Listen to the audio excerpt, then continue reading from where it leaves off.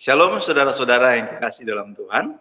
Kita bertemu lagi di sore hari ini dengan saya, Pak Victor Lesnusa. Saya punya 1 orang istri dan 3 orang anak. Anak yang paling besar sudah selesai sarjana, yang nomor 2 baru masuk kuliah, dan yang paling bungsu itu baru kelas 6 SD. Nah, kami sekeluarga bertempat tinggal di Semarang dan kami beribadah di Gereja GBI Gajah Mada, Semarang. Oke, di sore hari ini kita akan mendengar satu bagian ayat firman Tuhan tentang keluarga. Tapi sebelumnya itu, mari kita berdoa bersama-sama biar Roh Kudus menuntun kita di sore hari ini. Mari kita berdoa. Bapa di surga, Bapa dalam nama Tuhan Yesus Kristus, kami bersyukur Tuhan di sore hari ini. Kalau Tuhan boleh mempertemukan kami lagi, walaupun itu lewat Zoom, lewat udara saja Tuhan, tapi kami percaya Roh-Mu tidak terbatas lewat apapun Tuhan Yesus. Ketika kami bertatap muka seperti ini pun, Roh Kudus bekerja dalam hidup kami semua, menjamah kami. Berdoa dalam nama Yesus bagi kebenaran firman Tuhan di siang menjelang sore hari ini, biar kami dapat mengerti dan menjamah setiap saudara-saudara yang mendengarkan di siang hari ini menjelang sore ini Tuhan, sehingga mereka semua dapat mengerti bagaimana membawa keluarga mereka di hadapan Tuhan, bagaimana hidup yang berkenan di hadapan Tuhan. Terima kasih Bapak, terima kasih Roh Kudus, tolong kami supaya kami semua mengerti semua kebenaran firman Tuhan yang akan disampaikan di sore hari ini. Dalam nama Tuhan Yesus Kristus, urapi kami semua, sehingga kami boleh, bukan saja kami mendengar, tetapi biarlah ketika kami mendengar, kami melakukan dalam kehidupan sehari-hari, sehingga nama Tuhan dipermuliakan atas kehidupan kami. Di dalam nama Tuhan Yesus Kristus, firman yang hidup, kami berdoa dan kami sambut firman-Mu dengan penuh sukacita. Haleluya. Amin. Nah, kita akan baca satu bagian ayat firman Tuhan yang terambil dalam kitab Efesus pasal yang kelima, ayat 22 sampai ayat 25. Efesus pasal 5, ayat 22 sampai ayat 25, dan dilanjutkan lagi dengan Efesus pasal 6, ayat 1 sampai 4. Saya akan bacakan firman Tuhan ini dan Bapak Ibu saudara-saudara bisa menyimak firman Tuhan ini. Demikian firman Tuhan, Efesus pasal 5 ayat 22 sampai 25. Hai istri, tunduklah kepada suamimu seperti kepada Tuhan. Karena suami adalah kepala istri sama seperti Kristus adalah kepala jemaat. Dialah yang menyelamatkan tubuh. Karena itu, sebagaimana jemaat tunduk kepada Kristus, demikian jugalah istri kepada suami dalam segala sesuatu. Hai suami, kasihilah istrimu sebagaimana Kristus telah mengasihi jemaat dan telah menyerahkan dirinya baginya. Haleluya. Sekarang kita akan baca dalam kitab Efesus pasal yang ke-6 ayat 1 sampai 4. Demikian firman Tuhan. Hai anak-anak, taatilah orang tuamu di dalam Tuhan, karena haruslah demikian. Hormatilah ayahmu dan ibumu. Ini adalah suatu perintah yang penting, seperti yang nyata dari janji ini, supaya kamu berbahagia dan panjang umurmu di bumi. Dan kamu, bapak-bapak, janganlah bangkitkan amarah di dalam hati anak-anakmu, tetapi didiklah mereka di dalam ajaran dan nasihat Tuhan. Haleluya. Demikianlah pembacaan firman Tuhan kita di sore hari ini. Nah, tema perbincangan kita di sore hari ini adalah Family Corner. Nah, memang konsep Family Corner itu kalau kita lihat di Alkitab itu sepertinya itu tidak tercatat, tidak ada. Tapi kita jangan lupa bahwa pandangan Alkitab tentang Family Corner seperti yang tadi saya sudah bacakan dalam kitab Efesus pasal 5 dan 6 tadi, itu jelas di sana. Nah, kalau kalau kita lihat ini kan ibarat sekarang ini kan lagi trending. Nah, kalau orang bilang apa sih itu Family Corner? Nah, kalau menurut perspektif Alkitab, Family Corner adalah dapat diartikan sebagai tempat fisik atau spiritual di rumah di mana keluarga berkumpul untuk berdoa, memohon kehendak Tuhan, dan merenungkan firman-Nya bersama. Itu menurut pandangan Alkitab. Kalau yang kita bilang istilah Family Corner. Kalau kan family itu kan keluarga, corner itu kan pojok. Jadi diartikan seperti seluk-beluk di dalam keluarga. Kira-kira seperti begitu. Nah, sedangkan Alkitab memandang family corner adalah seperti diartikan seperti yang tadi saya bilang, sebagai tempat fisik atau spiritual. Jadi ingat ada dua, fisik dan spiritual. Di rumah di mana keluarga berkumpul untuk apa? Berdoa, memohon kehendak Tuhan, terus membaca dan merenungkan kebenaran firman Tuhan bersama-sama. Ingat, bersama-sama. Bukan cuma satu orang. Kalau satu orang atau cuma papa mama saja itu bukan keluarga. Karena pada hakikatnya keluarga itu yang idealnya itu terdiri dari ayah, ibu, dan anak. Ya, ada keluarga muda juga yang belum punya anak, nggak apa-apa. Itu tetap disebut keluarga. Tapi kalau kita bicara tentang family corner yang ideal, itu ada anak di dalamnya. Karena jangan lupa, kita tidak bisa melupakan anak-anak kita. Karena anak-anak kita itu adalah bagian yang dipercayakan Tuhan dalam hidup kita. Oke, kita akan lanjut.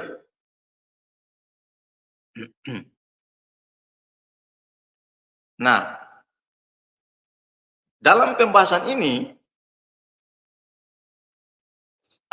kita akan berpusat kepada yang namanya keluarga. Nah, kalau saya tulis begini, keluarga adalah satu kesatuan yang kudus dan berpusat kepada Kristus. Jadi jangan lupa, keluarga itu satu kesatuan yang harus pusatnya itu pada Kristus. Bukan pada papa atau pada mama atau sebaliknya pada anak-anak, bukan. Tapi pusat daripada keluarga itu sendiri adalah Kristus. Karena kita jangan lupa, ide keluarga itu ide yang awalnya dibangun oleh Tuhan sendiri. Kita semua pasti mengerti ya, waktu penciptaan Tuhan bilang begini, tidak baik manusia itu seorang diri. Nah, disitulah ide pertama tercetusnya keluarga pertama di muka bumi. Kita tahu waktu itu Adam dan Hawa. Tuhan mulai bentuk dari keluarga ini. Dan cikal bakal Adam dan Hawa ini makanya terbentuk keluarga-keluarga yang lain. Yang sampai sekarang menjadi ribuan bahkan jutaan keluarga di muka bumi ini. Dan itu adalah ide daripada Tuhan. Jadi yang menjadi pusat dalam keluarga adalah Tuhan sendiri. Kristus sendiri yang adalah pusat.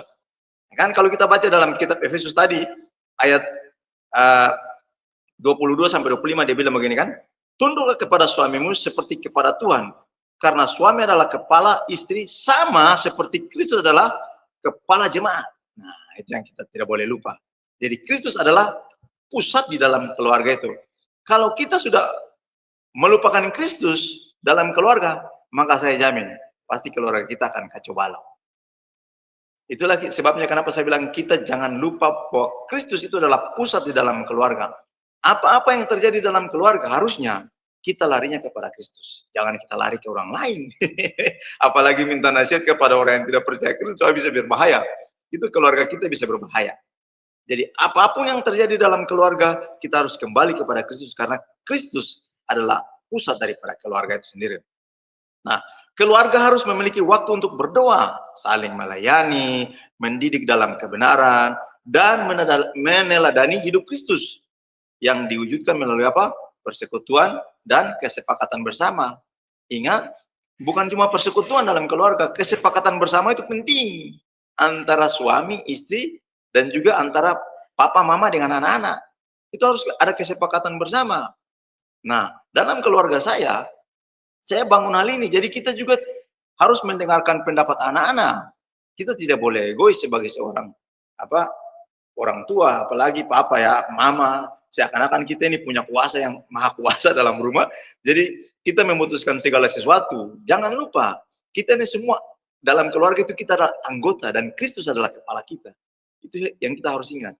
Jadi pendapat anak-anak pun kita harus mendengarkan. Kesepakatan bersama, ayo kita bikin kesepakatan. Harus ada persekutuan sehingga kalau sesuatu terjadi dalam keluarga, semuanya bisa terkontrol. Itu saya bisa lihat kalau orang-orang yang punya persekutuan dalam keluarga baik, maka itu akan termanifestasi kepada anak-anaknya di luar, nanti di pekerjaannya akan semuanya jadi baik. Tapi kalau dalam keluarga sudah mulai komunikasi tidak lancar, maka nanti di luar pun dalam tempat pekerjaan atau apapun itu akan jadi mandek di sana. Itu dalam hal komunikasi, belum hal-hal yang lain. Jadi sangat penting dalam keluarga itu membuat satu kesepakatan, dan ada persekutuan di dalamnya. Haleluya. Nah, kita akan lanjut. Nah, keluarga itu diibaratkan sebagai persekutuan Kristen yang paling kecil. Nah, kalau saat ini kan kita kenal namanya di gereja-gereja itu komsel-komsel. Nah, komsel itu kan gabungan dari beberapa keluarga. Yang lebih kecil lagi daripada komsel, itu adalah persekutuan keluarga. Nah, ini penting Bapak Ibu Saudara-saudara yang kasih dalam Tuhan. Alkitab mendeskripsikan keluarga Kristen sebagai persekutuan antara ayah, ibu, dan anak. Tadi saya sudah jelaskan. Dan Kristus sebagai kepala di dalamnya. Nah, itu kita tadi bisa lihat dalam dalam kitab Efesus pasal 5 ayat 22. Keluarga harus menempatkan Kristus sebagai kepala dengan ayah, ibu, dan anak-anak menunduk sepenuhnya kepada kepemimpinan Kristus. Nah, kalau kita bisa seperti itu, maka saya jamin keluarga kita adalah keluarga yang bukan cuma bahagia, tapi keluarga yang diberkati Tuhan. Karena apa? Ada keharmonisan di dalamnya, ada sukacita, ada damai sejahtera. Ya. Kan doa Bapa kami bilang begini, jadilah kehendakmu di bumi seperti di surga. Artinya apa? Keadaan-keadaan yang ada di dalam surga itu, kita tarik turun ke bumi lewat apa? Keluarga kita. Nah, firman Tuhan bilang begini, sebab kerajaan surga bukan soal makanan dan minuman, tetapi soal apa? Damai sejahtera, sukacita, itu yang harus kita punya. Jadi kalau sampai kita kehilangan hal-hal yang dari dalam kerajaan surga, maka saya jamin keluarga kita bukannya jadi tempat kerajaan surga, tetapi ya Bapak Ibu tahu sendiri, sebaliknya akan terjadi seperti itu. Jadi di sini sangat penting ada komunikasi dalam keluarga, ada persekutuan dalam keluarga. Nah, Alkitab juga mendorong anggota keluarga untuk saling melayani dan mengasihi dengan tulus tanpa mengharapkan balasan. Sebagaimana dianjurkan dalam 1 Timotius 3 ayat 13. Jadi gini, ternyata dalam anggota keluarga itu pun harus saling melayani. Jadi tidak ada yang jadi bos di dalam keluarga. Ya, jadi kalau saya seorang papa, kalau anak saya minta tolong, Pak, tolong bikin ini, Pak. Nah, saya tidak bisa bilang mungkin, kamu kerjakan aja sendiri, kamu mampu. Jangan. Kalau selagi saya punya waktu untuk bisa menolong dia, terkecuali saya dalam kesibukan pekerjaan atau pelayanan yang saya tidak bisa membantu, ya apa boleh buat. Tapi selama saya masih bisa membantu, saya akan berusaha untuk tolong. Contoh, Pak, tolong fotokopi ini di sana, kan di tempat kita ini kan jauh-jauh tempat fotokopinya, harus turun dengan motor. Nah, itu kita harus saling menolong. Sehingga apa? Ada keharmonisan di dalam keluarga itu. Coba kita baca dalam kitab 1 Timotius 3 ayat 13. Saya akan bacakan ya. Demikian firman Tuhan. Karena mereka yang melayani dengan baik beroleh kedudukan yang baik, sehingga dalam iman kepada Kristus Yesus mereka dapat bersaksi dengan leluasa. Lihat, orang yang melayani itu bisa bersaksi dengan leluasa karena tidak ada celah. Kalau kita sampai tidak bisa melayani, terus kita mau kasih kesaksian apa ke orang? Tidak akan bisa. Nah, jangan cerita kita melayani di gereja dulu, tapi itu harus dimulai dari keluarga. Ada orang yang saya lihat, dia begitu antusias, dia cerita, saya pelayanan di gereja begini, saya pendoa syafaat di gereja, saya ketua komisi ini di gereja, ketua komisi, iya, itu good, bagus. Tapi ingat, Bapak Ibu Saudara-saudara yang kasih dalam Tuhan, gereja yang paling utama itu dalam keluarga kita. Sebab kalau keluarga kita tidak beres, maka perhatikan saja. Waktu kita pulang pelayanan dari gereja, kalau keluarga kita tidak beres, itu bisa terjadi kekacauan dalam keluarga. Tapi kalau keluarga kita ada damai, ada kesejahteraan, ada tentram di dalam keluarga kita itu rasanya lega. Pulang pelayanan sudah capek, ketemu dengan anak, wah haleluya, puji Tuhan. Kita bersyukur karena ada sukacita di dalamnya, ada damai sejahtera di sana. Sehingga keluarga itu sangat penting. Waktu saya merenungkan firman Tuhan, saya bilang, iya ya Tuhan, kita ini kadang-kadang kita terlalu melayani sampai kita lupa bahwa sebetulnya yang paling penting yang Tuhan mau itu kita layani keluarga kita di rumah. Itu paling penting. Nomor satu dulu. Nah, keluarga juga adalah tempat penting untuk apa? Mendidik anak-anak dalam kebenaran dan mengembangkan karakter yang baik. Nah, ini dia. Jadi keluarga itu fungsinya sangat luar biasa. Di dalam keluarga itu kita bisa didik anak-anak kita, jadi menjadi orang yang takut akan Tuhan. Kita ajarkan firman Tuhan kepada mereka, kita bentuk karakter mereka sesuai dengan apa yang firman Tuhan mau. Jangan sesuai dengan apa yang kita mau. Kalau sesuai dengan apa yang kita mau, bisa salah. Tapi kalau kita bentuk mereka sesuai dengan apa yang firman Tuhan mau, saya jamin hidup mereka ke depan. Satu kali kalau Tuhan panggil kita sebagai orang tua, mereka akan kuat di muka bumi ini menghadapi badai hidup. Karena jangan lupa, badai hidup ini semakin hari bukan semakin gampang, tapi semakin sulit. Dan anak-anak kita harus dipersiapkan untuk menghadapi itu. Nah, dari mana mereka bisa siap? Dalam keluarga. Ajar mereka firman Tuhan. Ajar mereka tentang asas-asas kebenaran firman Tuhan. Dalam kitab Mazmur 119, kalau tidak salah ayat 10 atau ayat 11, dia bilang di sana seperti begini. Dalam hatiku, aku menyimpan janjimu supaya aku jangan berdosa terhadap engkau. Nah, sebelum ayat itu ditulis, ayat 9 kalau tidak salah dia bilang begini. Dengan apakah seorang muda mempertahankan kelakuannya bersih? Lalu dia jawab, dengan menjaganya sesuai dengan firman Tuhan. Nah, kalau anak-anak muda, orang-orang muda, anak-anak kita tidak ajarkan dengan firman Tuhan, bagaimana mereka bisa mempertahankan keluparan mereka bersih di hadapan Tuhan? Ya kan? Jadi tidak heran, kita bisa melihat banyak anak muda yang hancur. Karena apa? Dari dalam keluarganya mereka kehilangan figur orang tua yang bisa mendidik mereka, bisa mengarahkan mereka kepada Kristus.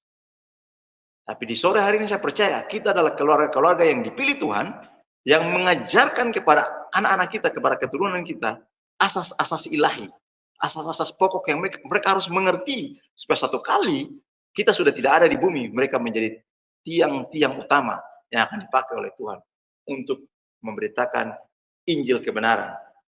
Sebab jangan lupa anak-anak kita adalah cikal bakal atau calon-calon orang-orang yang nanti menjadi berkat bagi orang lain. Mungkin satu kali mereka jadi bupati, kita tidak tahu. Satu saat mereka jadi anggota dewan, kita tidak tahu. Atau satu saat mereka jadi gubernur, kita tidak tahu.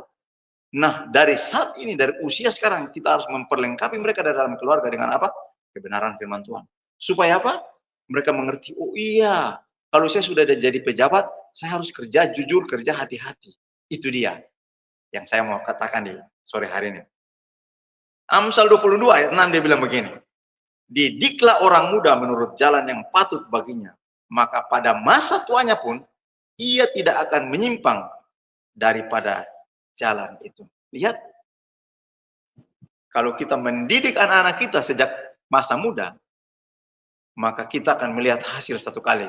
Kalau kita sudah menjadi tua, ya puji Tuhan kalau umur kita masih panjang, 70, 80, bisa 90 tahun, kita bisa melihat anak-anak kita berbuah dengan melimpah-limpah. Mereka bisa jadi berkat buat banyak orang. Bahkan ketika mereka bertumbuh besar menjadi orang-orang yang mungkin jadi pejabat di pemerintahan, mereka menjadi orang yang takut akan Tuhan, sungguh-sungguh. Mereka menjadi orang yang bekerja dengan sungguh-sungguh, yang memuliakan Tuhan dalam setiap langkah-langkah hidup mereka. Itu tujuan Tuhan sebetulnya dalam keluarga, menjadi dampak bagi orang lain, menjadi dampak yang negatif, yang positif bagi orang lain, bukan yang negatif ya. Menjadi dampak yang membawa ketika orang-orang ya, anak-anak kita itu datang di satu tempat atau kita datang di satu tempat, orang itu merasakan damai sejahtera, merasakan sukacita. Jangan sampai waktu kita datang di satu kerumunan tiba-tiba semua orang bubar. Karena orang tahu, oh orang ini pembawa bencana, pembawa masalah. Jangan kita jadi troublemaker, tapi kita harus menjadi apa? Peacemaker. Kita harus menjadi orang yang membawa damai. Itu dimulai dari mana? Harus dimulai dari dalam keluarga. Haleluya. Nah, saya ada beberapa contoh keluarga yang kita tidak boleh ikuti. Nah, contoh. Saya kasih contoh keluarga Raja Daud. Tidak usah jauh-jauh. Siapa yang tidak kenal Daud?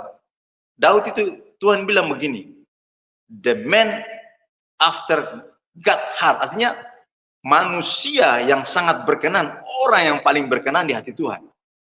Lihat, itu Tuhan sendiri puji Daud. Tapi coba kita lihat keluarganya. Apa yang terjadi dengan keluarga Daud? Dengar baik-baik, dia itu Raja Israel yang paling sukses kalau saya bilang. Raja Israel yang di mana di waktu dia berkuasa itu, Israel itu ada di puncak keemasan kejayaan. Tapi coba lihat keluarganya, apa yang terjadi? Dia dikejar-kejar oleh anaknya Absalom, ya kan? Mau dibunuh oleh anaknya sendiri Absalom. Terus apa lagi? Anak-anaknya saling bunuh, ya kan?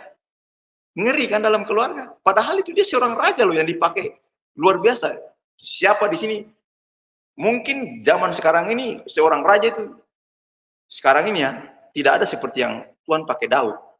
Tapi coba lihat, oleh karena didikan, saya tidak bilang Daud mendidik salah, saya tidak tahu apa yang terjadi dalam keluarga Daud ini sampai terjadi demikian. Tapi coba lihat, kita bisa belajar. Seorang raja yang begitu sukses dalam pemerintahan, dia dalam pelayanan Daud tidak ada celah.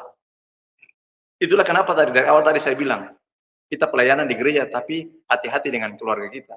Kita harus ajarkan hal-hal yang baik untuk keluarga kita. Jangan sampai kita berhasil di dalam pelayanan di gereja, padahal keluarga kita sendiri hancur. Contoh Daud. Daud kurang berhasil apa dalam pelayanan? Dia seorang raja yang diurapi, dia juga seorang imam karena dia juga pernah mempersembahkan korban bagi Tuhan. Tapi coba lihat, apa yang terjadi dengan Daud? Dia begitu terkenal, dia begitu luar biasa, begitu powerful, dia punya panglima-panglima yang gagah perkasa. Tapi apa yang terjadi dengan keluarganya? Menyedihkan kalau saya bilang. Absalom harus mati terbunuh oleh karena pemberontakan.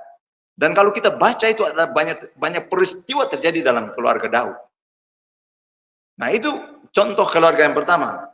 Yang lebih mengerikan lagi ada satu keluarga lagi dalam Alkitab. Nah kita lihat, dan ini keluarga ini pun bukan keluarga orang sembarangan di dalam Alkitab. Ya kalau kayak kita begini ya, kita tidak masuk hitungan kalau disejajarkan dengan orang-orang ini. Tadi kan Daud. Nah yang kedua itu Imam Eli. Bapak Ibu tahu Imam Eli itu adalah salah satu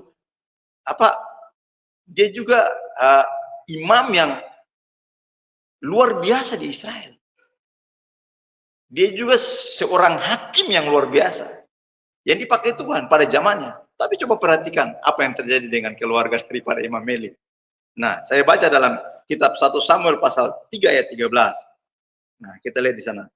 Sebab telah kuberitahukan kepadanya bahwa aku akan menghukum keluarganya untuk selamanya karena dosa yang telah diketahuinya, yakni bahwa anak-anaknya telah menghujat Allah, tetapi ia tidak memarahi mereka.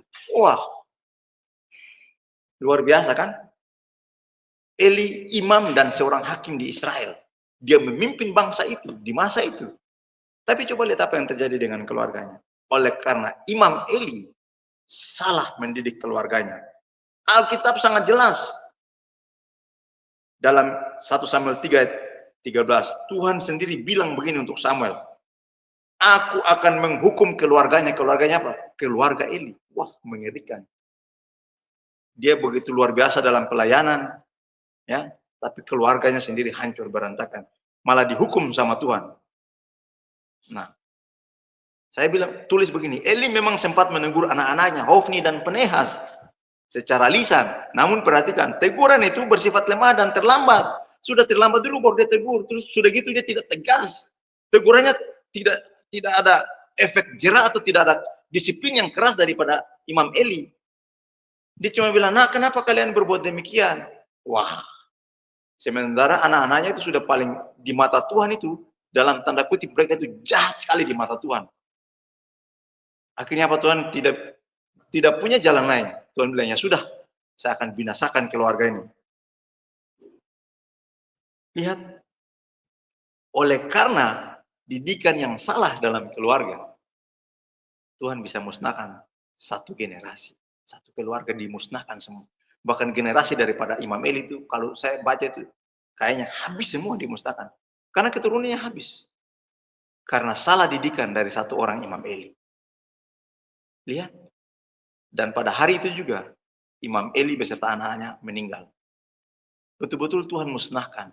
Jadi betapa mengerikannya kalau di dalam keluarga kita tidak memperhatikan ajaran-ajaran kita. Kita tidak memperhatikan apa yang kita ajarkan kepada mereka. Jadi di sore hari ini saya mengajak kita, mari lagi kita cross check. Kita lihat lagi diri kita. Apakah kita ini sudah mendidik anak-anak kita dengan benar, atau jangan sampai kita lalai. Karena itu sangat berbahaya. Nah, kita bisa lihat dalam 1 Samuel 3 ayat 13 dibilang bahwa Eli dihukum karena dia tahu bahwa anak-anaknya telah berbuat dosa, tetapi dia tidak menegur mereka dengan cukup keras. Itu yang tadi saya bilang. Dia sudah tahu anak-anaknya berdosa, Oh, wong setiap laporan dari orang-orang apa, pelayan-pelayan yang ada di eee, Bait Allah itu dia tahu kok, tapi Eli pura-pura tuli. Eli pura-pura tidak mendengar. Nah, ini yang Tuhan marah. Jangan sampai kita seperti begitu. Betul kita sayang anak-anak kita, tapi kalau mereka salah, kita harus didik mereka dalam kebenaran. Kita harus kasih disiplin kepada mereka, supaya mereka tahu, oh ini salah. Saya jangan melangkah ke situ, sebab kalau saya melangkah ke situ, itu menyakiti hati Tuhan. Bukan cuma menyakiti hati orang tua toh, tapi yang paling penting, anak-anak itu harus sadar bahwa ketika mereka melakukan kesalahan, mereka itu menyakiti hati Tuhan. Dan itu kita harus apa? Tanamkan dari dalam keluarga. Sekali lagi kita harus balik dalam keluarga. Haleluya.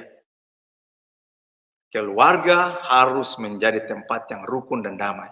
Sehingga apa? Berkat Tuhan mengalir setiap waktu. Lihat. Jadi keluarga itu bukan cuma tempat untuk kita mendidik. Nah, tadi kan saya sudah uh, beberapa apa namanya? Beberapa uh, bagian dalam keluarga. Keluarga harus menempatkan pertama Kristus sebagai kepala. Terus yang kedua tadi, nah, keluarga juga adalah tempat apa? Penting untuk mendidik anak-anak. Itu yang kedua. Lalu yang ketiga, keluarga harus menjadi tempat apa? Rukun dan damai sehingga berkat Tuhan itu mengalir setiap waktu tanpa henti. Kalau keluarga tidak menjadi tempat rukun dan damai, kalau keluarga itu ada tempat peperangan, saya jamin 100%, bahkan 1000%, tidak akan ada damai di sana. Pasti anak-anak kita hidupnya akan kacau balau. Bahkan kita orang tua pun akan sulit menghadapi situasi-situasi yang terjadi dengan anak-anak kita. Itu yang sebabnya tadi, makanya saya singgung. Coba kita lihat dalam apa namanya, Mazmur 119 tadi ya. Saya buka kitab ini lagi biar kita bisa mengerti sedikit. Nah, ini dia. Mazmur 119 ayat 9.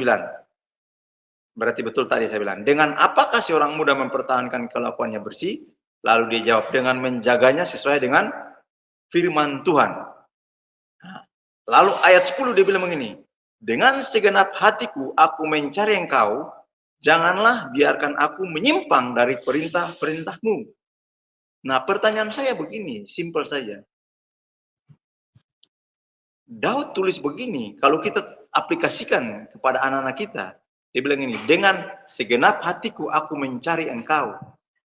Kira-kira siapa yang mau mengajarkan mereka untuk cari Tuhan? Kalau bukan dari keluarga kita. Betul mungkin di gereja itu diajarkan tentang cara saat teduh, cara berdoa dan sebagainya. Tapi ingat, di gereja itu terbatas. Ya puji Tuhan kalau mereka ada komsel, tapi itu pun terbatas. Komsel cuma paling lambat 1,5 jam atau 2 jam. Nah, mereka mendengar khotbah di gereja, apalagi gereja zaman sekarang ini paling cepat, paling lambat ya 2 jam juga. Tapi biasanya 1,5 jam sudah selesai. Ya khotbah sekarang sudah dirancang paling lama itu 1 jam atau 45 menit. Lah dari 1 jam itu yang mereka terima palingnya taruh sekitar ya paling nyantol-nyantol ya 50%.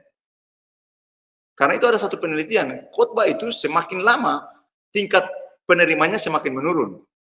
Kalau dia khotbah, pendeta khotbah contoh setengah jam, itu tingkat penerimanya mungkin sekitar 70%. Itu jemaat bisa terima. Kalau 45 menit dia khotbah, tingkat penerimanya udah menurun dari 70, bukan dia tambah naik, tapi dia tambah turun. Ya, taruhlah 50%. Nah, kalau dia khotbah 1 jam, ya puji Tuhan, haleluya kalau dia bisa tangkap 50%. Kalau enggak ada orang yang cuma tangkap 30%. Bapak Ibu saudara-saudara yang kasih dalam Tuhan bisa bayangkan. Kalau dalam khotbah dia cuma bisa tangkap 30%, lalu apa yang terjadi dengan dia? Kalau di dalam keluarga itu tidak ada mesbah keluarga, tidak ada pengajaran di sana. Orang tua, papa, mama tidak mengajarkan firman Tuhan untuk anak-anak. Apa yang terjadi dengan kehidupan anak-anak? Itulah kenapa kita bisa lihat yang tadi saya kasih contoh Daud ya. Kenapa Daud itu begitu perkasa di luar, begitu perkasa dalam pelayanannya, begitu perkasa memimpin bangsa Israel, tapi dalam keluarganya sendiri dia gagal, gagal sekali. Saya tidak bisa bilang gagal total, tapi dia banyak gagalnya dalam keluarga. Memang ada dia punya satu anak, Salomo, yang bisa menggantikan posisinya. Itu mungkin salah satu keberhasilan Daud yang paling luar biasa untuk didik Salomo, takut akan Tuhan dalam keluarganya. Tapi cuman kalau saya baca-baca, kemungkinan besar yang paling berhasil cuma Salomo saja. Padahal kan kita tahu anak-anak Daud kan cuma bukan Salomo. Ada beberapa anak Daud. Itu yang menjadi ketika saya merenungkan firman Tuhan itu, saya itu seperti sedih juga ya, tapi itu yang terjadi. Nah, saya lanjut ya. Dengan segenap hatiku aku mencari Engkau, janganlah biarkan aku menyimpang dari perintah-perintahmu. Nah, pertanyaan saya juga sederhana. Bagaimana anak-anak kita bisa tahu perintah-perintah Tuhan? Kalau mereka terbatas di gereja yang dengan tadi durasi yang saya bilang, di Komsel juga terbatas. Kalau kita orang tua tidak mengajarkan mereka untuk mengerti perintah-perintah dan ajaran-ajaran Tuhan. Bagaimana? Sementara di kitab Ulangan kalau kita baca itu, Tuhan berpesan untuk Musa. Musa bilang untuk bangsa Israel. Bilang untuk orang-orang tua bangsa Israel. Mereka itu harus memperkatakan kitab Taurat ini siang dan malam. Bahkan perkatakan kepada anak mereka itu berulang-ulang.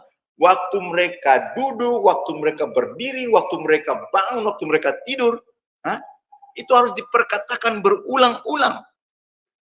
Sehingga apa? Mereka itu mengerti. Bahkan mungkin ya, kalau kita lihat itu, mereka tulis ayat 1 firman Tuhan di tembok-tembok rumah mereka. Supaya apa? Waktu bangun, waktu pulang dari luar, masuk rumah, yang mereka baca itu, yang renungkan itu firman Tuhan. Yang mereka baca itu firman Tuhan. Karena sekali lagi, saya mau beritahu, apa yang masuk ke dalam hidup kita, itu pun juga yang akan kita keluarkan. Jadi kalau yang masuk itu firman Tuhan, perintah-perintah dan ajaran Tuhan, maka manifestasi yang keluar juga pasti hal-hal yang baik. Karena itu berasal dari kebenaran firman Tuhan. Tapi kalau informasi yang masuk kepada diri kita, bahkan anak-anak kita, apalagi dengan zaman sekarang, zaman internet, HP yang begitu mudah akses segala sesuatu, kalau mereka tidak diajarkan dengan asas-asas kebenaran firman Tuhan, terus mereka pakai HP itu buat hal-hal yang salah di hadapan Tuhan, informasi yang masuk dalam pikiran mereka itu informasi yang jelek-jelek, yang rusak, yang bisa merusak jiwa mereka. Jangan sampai terjadi demikian, Bapak Ibu Saudara kasih dalam Tuhan. Karena apa saya bilang? Informasi itu terlalu mengerikan di hari-hari ini. Di hari-hari ini, informasi yang memapar anak-anak kita itu terlalu mengerikan. Jadi, kita sebagai bapak, ibu, kita sebagai suami, istri, kita harus hidup takut akan Tuhan. Nah, istri juga, seperti yang tadi kita baca di kitab Efesus tadi ya. Kalau kita mau lihat keluarga kita itu, hidup rukun, ya kita harus ajarkan kepada anak-anak kita. Kan anak-anak itu mereka lebih melihat visual daripada kata-kata kita. Ada pepatah bilang begini, perbuatan itu bicara jauh lebih kuat daripada kata-kata kita. Nah, bagaimana supaya kita bisa memberikan contoh yang baik bagi anak-anak kita? Firman Tuhan tadi jelaskan di kitab Efesus dia bilang kan, istri tunduk kepada suami, bukan istri tanduk suami atau tonjok suami. Tapi istri ditunduk. Nah, sebaliknya suami juga, bukan berarti istri tunduk lalu suami semena-mena, suami bilang lu tunduk di bawah saya jadi saya berkuasa. Oh, tidak begitu. Firman Tuhan juga untuk suami. Suami, kasihilah istrimu. Nah, kalau dua ini bisa berjalan bersama-sama, istri hormat suami, suami mengasihi istri, sama seperti Kristus mengasihi jemaat dan berkorban, maka saya jamin anak-anak kita akan lihat contoh yang baik. Anak-anak kita akan melihat teladan yang baik dalam keluarga. Sehingga satu kali nanti waktu mereka sudah dewasa dan mereka bangun keluarga, mereka akan mencontoh, mereka akan berkata, oh iya dulu papa mama saya itu selalu kayak begini. Nah, contoh itu yang mereka bawa. Sekali lagi, kita ini, ya puji Tuhan, haleluya, kalau siapa yang punya kekayaan, dia bisa mewarisi kekayaan kepada anak-anaknya. Tapi dengar baik-baik, harta yang paling berharga yang kita wariskan adalah harta rohani yang kita tinggalkan. Gaya hidup kita di dalam Tuhan. Hah? Mereka pasti nanti akan ingat satu kali dengan gaya penyembahan kita dalam keluarga, ya kan? Mereka akan ingat gaya kita berdoa dalam keluarga, dan itu terinspirasi ke mereka. Kalau suami istri sepakat, suami istri ada damai di antara suami istri, maka saya percaya anak-anak pasti damai juga. Tapi kalau antara suami dan istri, satu tidak mau kalah dengan yang lain, berarti haleluya, bisa kacau keluarga. Itulah sebabnya, mari kita sebagai suami istri, kita sebagai orang tua, kita harus jadi contoh teladan yang baik untuk anak-anak kita. Karena anak-anak itu melihat mereka meniru. Mereka kalau istilah dulu-dulu itu, mereka membeo seperti burung beo. Nah, burung beo itu kalau dia lihat sesuatu, dia bilang, ada tamu, ada tamu, ada tamu. Nah, kalau diulang-ulang kan nanti dia pintar tuh. Nah, anak-anak kita juga begitu. Kalau diulang-ulang, ayo doa, ayo doa, ayo doa. Nanti mereka dengan refleks, oh mereka doa. Ayo baca firman, ayo baca firman, ayo baca firman. Nah, pasti dengan refleks mereka baca firman. Kita nggak suruh pun pasti mereka baca. Mereka punya satu tersendiri. Nah, kalau saya dengan istri saya di rumah, kita punya satu teduh juga ada. Anak-anak juga punya sendiri, punya satu teduh. Nah, kita juga punya persekutuan keluarga. Jadi kita juga mengajarkan mereka bersatu teduh sendiri, tapi mengajarkan mereka juga punya persekutuan bersama-sama dengan kita. Sehingga apa? Kita bisa saling mengontrol. Kita bisa tanya, kakak hari ini bikin apa, adik hari ini bikin apa yang terjadi, kita bisa tanya. Kita bisa evaluasi hidup, oh hari ini mungkin saya lagi bad mood, aduh. Nah, mungkin kita bisa berdoa untuk hal itu, atau hari ini saya lagi sakit, gak enak badan. Nah, kita mungkin bisa berdoa. Karena keberhasilan keluarga itu kuncinya di suami istri. Kalau suami istri sepakat dan suami istri ini kompak, maka saya percaya anak-anak kita juga pasti akan kompak dan mereka bisa hidup berdampingan, tidak seperti anjing dan kucing dalam keluarga. Lain selalu kan biasa gitu kan, adik kakak selalu kayak ada yang musuhan, ada yang friendly, ada yang bisa musuhan. Nah, jangan seperti itu. Kita harus semuanya bisa friendly dalam keluarga itu. Jadi kakak dengan adik harus saling mengasihi, saling sayang. Karena itu nilai yang kita tanamkan. Nah, kalau dalam keluarga saya sering bilang untuk anak-anak saya, kalian harus saling mengasihi. Karena Alkitab juga mengajarkan kita, supaya apa? Kita ini harus hidup baik. Bukan cuma dengan adik kakak sesama sini, tapi dengan tetangga-tetangga. Dengan orang-orang yang ada di sekitar kita. Kalau keluarga saya kan jauh di Ambon semua. Jadi yang saya hidup itu di Semarang ini ya, dengan tetangga-tetangga, dengan keluarga-keluarga yang orang-orang di gereja yang kita kenal, nah kita itu harus hidup baik dengan mereka semua. Nah, imbasnya apa? Itu dari dalam keluarga, kita bisa bawa imbas itu. Nah, kemarin itu kesaksian saya sempat dengar satu kesaksian dari anggota komsel saya juga sempat kaget. Tapi saya bilang, waduh puji Tuhan. Jadi, itu anggota komsel saya itu, beliau adalah GKS, Gembala Komsel. Istri daripada Gembala Komsel.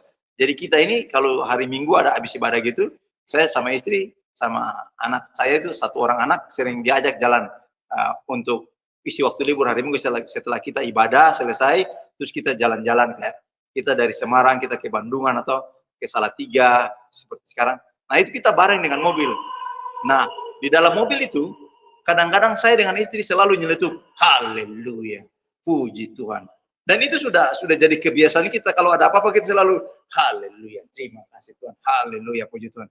Tanpa kita sadari, kita berdua tidak tahu kalau suami istri ini memperhatikan kelakuan kita. Nah kemarin waktu di Komsel itu, mereka langsung bilang, Pak Victor, Bu Victor, kita itu paling diberkati dengan kata-kata yang biasa Pak Victor sama Bu Victor ucapan, haleluya, puji Tuhan. Jadi kalau kita mau marah di rumah kita bilang, haleluya, puji Tuhan. Saya ketawa, saya bilang, ternyata mereka juga memperhatikan.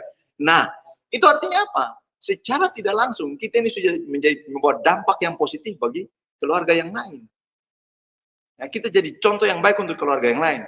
Itu yang tadi saya maksudkan, didikan dalam keluarga. Sehingga apa yang masuk, firman Tuhan yang masuk, kalau yang masuk haleluya puji Tuhan, yang keluar juga pasti apa? Haleluya, puji Tuhan. Tapi kalau yang masuk ini benda-benda asing, pasti yang keluar juga benda-benda asing. Itu dia.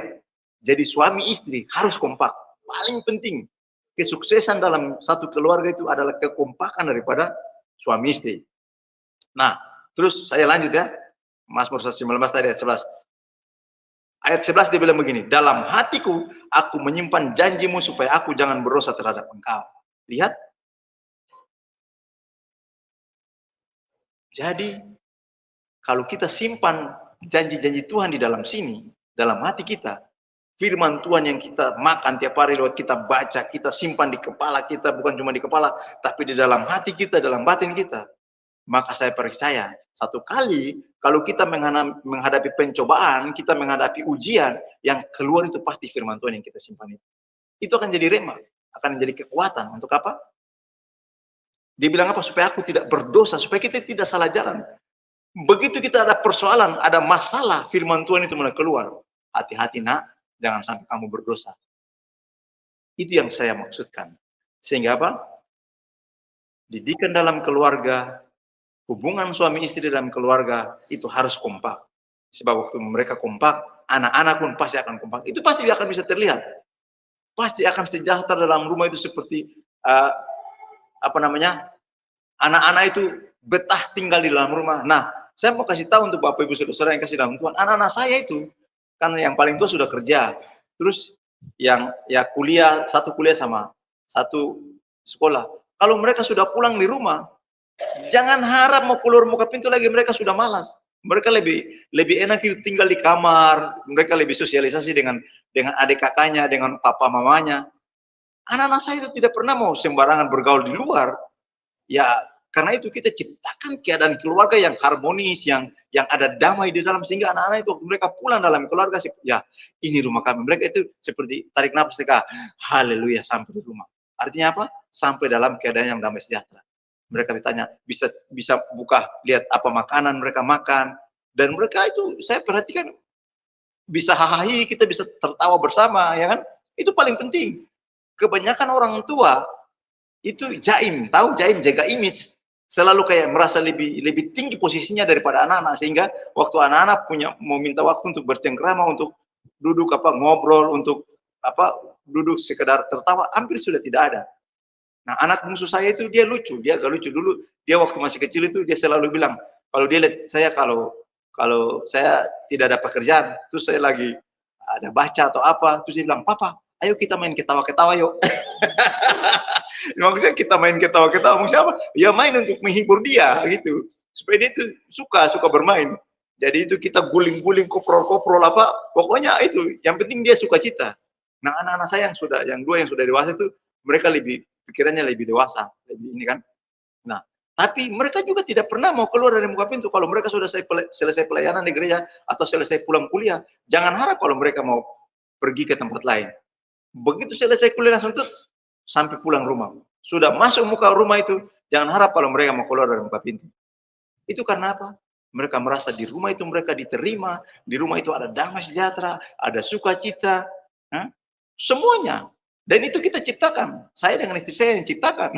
Kita sengaja memang ciptakan suasana itu supaya anak-anak itu rasa nyaman di rumah. Jangan sampai di rumah itu mereka seperti neraka di dalam rumah. Wah, itu berbahaya. Jadi di sore hari ini kita belajar bahwa keluarga itu sangat penting. Tempat untuk mendidik anak-anak. Itu sangat penting. Oke, kita akan lanjut. Ya, keluarga juga adalah tempat penting untuk mendidik anak-anak dalam kebenaran dan mengembangkan karakter mereka. Nah, itu tadi dalam kitab Amsal 22 ayat 6. Saya sudah kasih contoh dua keluarga tadi, Daud dan Imam Eli. Terus keluarga harus menjadi tempat yang rukun dan damai, sehingga berkat Tuhan mengalir setiap waktu tanpa henti. Nah ini, coba kita lihat dalam kitab Mazmur pasal 133 ayat 1-3. Saya akan bacakan ya. Mazmur 133 ayat 1-3. Nyanyian ziarah Daud. Sungguh alangkah baiknya dan indahnya apabila saudara-saudara diam bersama dengan rukun. Seperti minyak yang baik di atas kepala meleleh ke janggut, yang meleleh ke janggut Harun dan ke leher jubahnya, seperti embun gunung Hermon yang turun ke atas gunung-gunung Sion, sebab kesanalah Tuhan memerintahkan berkat kehidupan untuk selama-lamanya. Haleluya. Nah, kita sering memperhatikan ayat ini, dibacakan itu untuk kayak persekutuan-persekutuan, ya kan? Kayak persekutuan saudara seiman di dalam gereja. Nah, itu tidak salah memang, itu benar. Tapi jangan kita lupa satu hal, ayat ini bukan saja berbicara untuk sesama tubuh Kristus di dalam gereja, bukan. Tetapi yang spesifik, yang Tuhan mau bilang bahwa dimulai dari keluarga dulu. Nah, bagaimana kita bisa rukun dengan orang lain, sedangkan keluarga dengan orang-orang dalam keluarga saja bermusuhan. Itu dia, itu yang saya maksudkan. Jadi kita harus hubungan kita dengan keluarga harus beres dulu, baru kita bisa bersosialisasi dengan saudara-saudara seiman. Sebab percaya saya, ini firman Tuhan bilang begini, kalau tidak ada kerukunan dalam keluarga, kita jangan berharap ada kerukunan di ponsel kita. Jangan berharap kita bisa rukun dengan teman-teman di gereja atau teman-teman di kantor, apalagi yang tidak seiman dengan kita. Padahal kan firman Tuhan bilang kita harus jadi contoh dan teladan yang baik untuk siapa saja. Baik orang-orang di gereja, orang-orang yang seiman dengan kita, bahkan orang-orang di kantor tempat kita bekerja, kan kita bersinggungan dengan orang-orang yang tidak seiman dengan kita. Nah, disinilah kasih Kristus itu harus kita pancarkan, kita harus tunjukkan kepada mereka. Jangan sampai kita di kantor dengan teman kita marahan terus, atau kita dendam sama kepala kantor kita, bos kita di kantor. Jangan. Kita harus tahu posisi kita harus tahu identitas kita sebagai orang-orang percaya di dalam Tuhan. Kita harus bawa terang Kristus keluar sana. Dan itu dimulai dari mana? Dari dalam keluarga, sekali lagi. Hidup rukun itu dimulai dari mana? Dalam keluarga. Nah, firman Tuhan bilang begini, seperti embun di Gunung Hermon itu mengalir ke bukit-bukit Sion. Wow. Seperti minyak yang baik yang meleleh dari janggut Harun dan turun. Wah. Itu luar biasa. Itu menggambarkan kedamaian, sukacita, ada kelimpahan di sana. Jadi mari Bapak Ibu Saudara-saudara yang kasih dalam Tuhan, saya mau mengajak kita semua, biarlah kita bawa didikan kita dari dalam keluarga. Yang takut akan Tuhan, kita bawa keluar tempat pekerjaan kita. Untuk jadi berkat untuk orang-orang yang ada di tempat pekerjaan kita. Mungkin teman kita di kantor itu, ya rada-rada menjengkelkan kita, enggak apa-apa. Tidak masalah. Karena apa? Kita harus menjadi pendamai. Kita harus, waktu kita hadir di tengah-tengah orang-orang, apalagi yang tidak tahu tentang kebenaran firman Tuhan, tidak tahu tentang Kristus, kita harus jadi contoh yang baik bagi mereka. Karena sekali lagi, Bapak Ibu Saudara-saudara yang kasih dalam Tuhan, orang di luar sana tidak lihat seberapa besar kita beriman kepada Kristus. Tapi orang akan melihat kita, waktu hidup kita berpengaruh yang baik bagi mereka. Waktu hidup kita berdampak baik bagi mereka, mereka akan lihat Kristus di dalam hidup kita. Dan pasti mereka akan mengakui, oh iya orang itu memang orang percaya. Orang itu memang orang yang hidup takut Tuhan. Orang yang hidupnya tidak sembarangan. Ya. Tapi kalau hidup kita sama aja sembarangan dengan orang-orang yang tidak kenal Tuhan, waduh, bagaimana kita mau jadi contoh? Itu artinya pendidikan dalam keluarganya dipertanyakan. Hubungan suami istrinya dipertanyakan. Kalau sampai hubungan kita beres antara suami, istri, dan anak-anak, saya juga jamin hubungan kita dengan Bapa di surga juga beres. Dan kalau hubungan kita dengan Bapa di surga beres, saya mau kasih tahu, hubungan kita dengan sesama juga pasti beres. Itulah Tuhan, kenapa Tuhan sangat konsentrasi dengan keluarga, Tuhan sangat fokus dengan keluarga. Tuhan tidak mau sampai keluarga ini hancur. Kalau firman Tuhan di kitab yang lain, dia bilang begini, aku akan membuat hati bapak-bapak berbalik kepada anak-anaknya. Bapak-bapak di sini bukan cuma bapak-bapak saja, lalu ibu-ibu bilang berarti ibu-ibu lolos. Tidak. Supaya apa? Jangan Tuhan datang memukul bumi sehingga musnah. Artinya apa? Tuhan mau bilang begini, di dalam keluarga itu harus terjadi keharmonisan. Di dalam keluarga itu harus terjadi surga di bumi. Supaya apa? Waktu Tuhan datang, Tuhan lihat keharmonisan antara suami dan istri, antara papa dengan anak, antara mama dengan anak, ibu dengan anak, antara adik dengan kakak, ada keharmonisan. Tuhan sangat menyukai. Tuhan sangat suka dengan keluarga yang model kayak begini. Tuhan pasti akan berkati. Waktu dia datang, dia lihat ke rukunan seperti begini. Dia bilang, malaikat jangan tahan-tahan berkat. Curahkan itu keluarga ini. Nah, itu yang harus kita tahu. Sehingga di sore hari ini, sekali lagi saya mau menekankan kepada kita bahwa keluarga itu sangat penting. Keluarga itu segala-galanya. Boleh kita melayani sana-sini, tapi ingat baik-baik bahwa keluarga sangat diperhatikan oleh Tuhan. Karena sekali lagi saya ulangi, keluarga itu adalah ide awal daripada Tuhan sendiri, daripada Bapa sendiri. Jadi, mari Bapak Ibu Saudara-saudara yang kasih dalam Tuhan, kalau keluarga kita sudah mulai keluar dari koridor yang Tuhan sudah tentukan, mari kita arahkan keluarga kita lagi. Kita arahkan anak-anak kita yang sudah punya anak. Nah, kalau sudah punya anak, puji Tuhan bisa arahkan. Tapi kalau yang baru keluarga muda, yang baru menikah dan cuma suami dan istri, mari kita kompak antara suami dan istri di hadapan Tuhan. Supaya apa? Berkat Tuhan itu dicurahkan dalam kehidupan keluarga kita. Begitu berkat Tuhan itu dicurahkan dalam kehidupan keluarga kita, kita bisa menjadi berkat dampak bagi orang-orang di sekitar kita, bagi teman-teman seiman kita di gereja, bagi teman-teman kerja kita di kantor, yang tidak seiman dengan kita, kita bisa jadi berkat untuk mereka semua. Saya kira firman Tuhan di sore hari ini, saya tidak berpanjang lebar sampai di situ.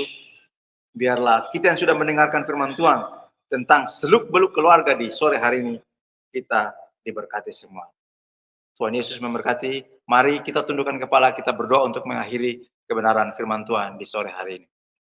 Bapa di surga, Bapa dalam nama Tuhan Yesus Kristus, kami bersyukur Tuhan di sore hari ini untuk kebenaran firman Tuhan yang sudah hamba-Mu sampaikan. Hamba berdoa di dalam nama Tuhan Yesus Kristus, biarlah kebenaran firman Tuhan ini menjadi berkat bagi keluarga-keluarga yang sudah mendengarkan, bagi Bapak, Ibu, Saudara-saudara yang sudah mendengarkan, sehingga kami semua boleh membawa keluarga-keluarga kami takut akan Tuhan, hidup berkenan di hadapan Tuhan, sehingga dari keluarga kami ada kehidupan yang berdampak bagi orang-orang di sekitar kami, bagi tetangga kami, bagi saudara-saudara seiman kami, bagi orang-orang yang ada di teman-teman kami yang ada di kantor, teman-teman sekerja kami. Tuhan, biar hidup kami berdampak bagi mereka semua. Terima kasih Bapak, terima kasih Yesus, terima kasih Allah Roh Kudus. Di dalam nama Tuhan Yesus Kristus kami berdoa dan mengucap syukur kepada Bapa di surga. Haleluya.